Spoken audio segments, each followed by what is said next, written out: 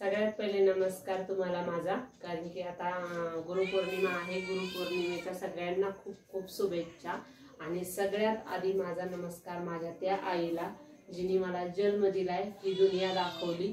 जर कदाचित तिने मला ही दुनिया दाखवली नसती, आज जरी ती माझ्या सोबत नाहीये, मी मान्य करते आज माझी आई माझ्या सोबत नाहीये, मला त्या गोष्टीचा खूप त्रास होतो आणि खूप वाईट पण वाटतं। पण तिने मला जन्म दिलाय। कदाचित जर ती कशीही जरी असली तरी ती माझी आई आहे।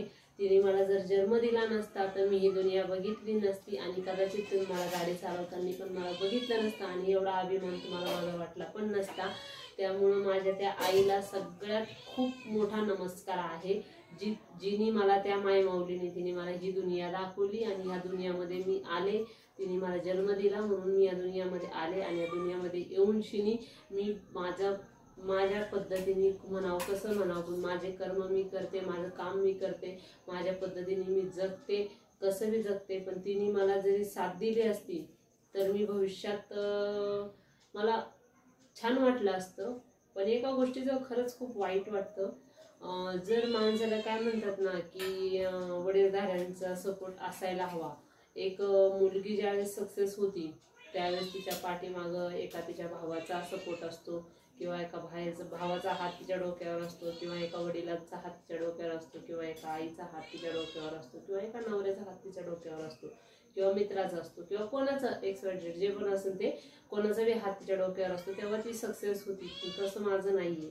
मला खूप एका गोष्टीचा खूप खंत वाटतो, मला इतका खंत वाटतो ना की भगवंताने कला दिली माझ्यामध्ये, काम भरपूर छान करते, कष्ट पण मी भरपूर करते, पण मला त्या कष्टामध्ये मला सपोर्ट कुणाचा नाहीये। मला माझ्या आईची खरंच खूप साथ हवी होती।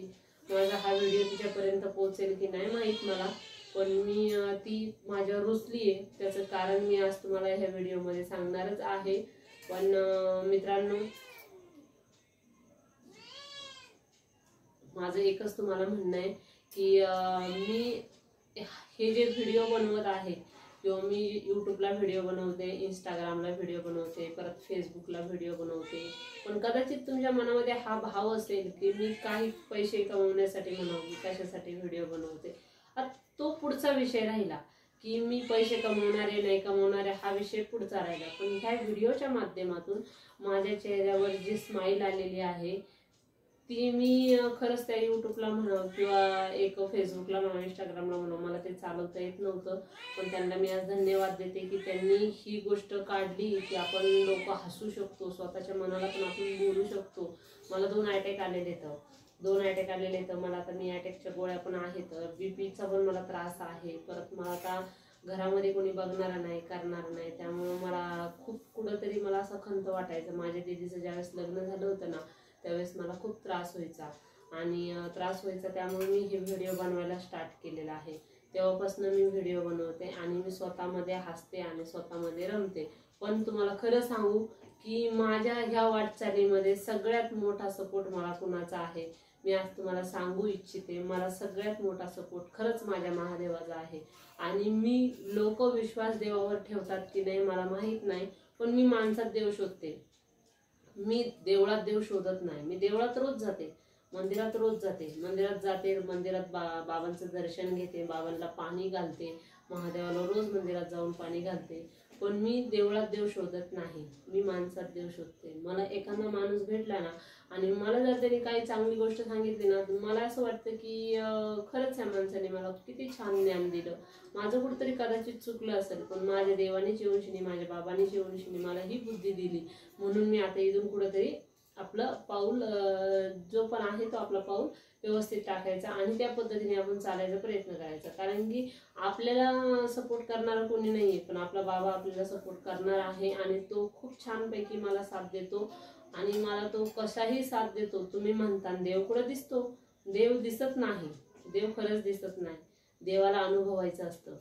आणि देव सगळ्यात मोठा गुरु माझा आहे। आणि माझ्या आईने जरी मला गुरु असून जरी तिने सपोर्ट केला नसेल, पण माझा सगळ्यात मोठा गुरु माझा महादेव आहे आणि त्यांनी मला खूप सपोर्ट करतोय। आणि भगवंताच्या चरणी माझी एवढीच एक प्रार्थना आहे की बाबा भोलेनाथ की तू असाच मला सपोर्ट करत राहा, माझ्या मुलींच्या बी पाठीशी उभा राहा, माझ्याही पाठीशी उभा राहा, माझ्याकडून काही चुकलं बुकलं असेल तर मी कान धरून माफी मागते, मला माफ पण कर. पण तुझ्या लेकराला तुझ्याच पदरात घे, कारण तुझ्या लेकराला आता तुझीच अपेक्षा आहे आणि ते तुझ्या छत्रछायेखाली वाढू शकते आणि तुझ्या छत्रछायेखाली छानपैकी राहू शकते. त्यामुळे माझा हा व्हिडिओ मी आजचा इथंच संपवते. मी अजून 2 ब्लॉग बनवणार आहे, त्या ब्लॉगमध्ये मी थोडं जरा विशेष वेगळं बोलणार आहे. त्यामुळं आता हा ब्लॉग जो आहे फक्त तो इथं मी संपवते. थँक्यू.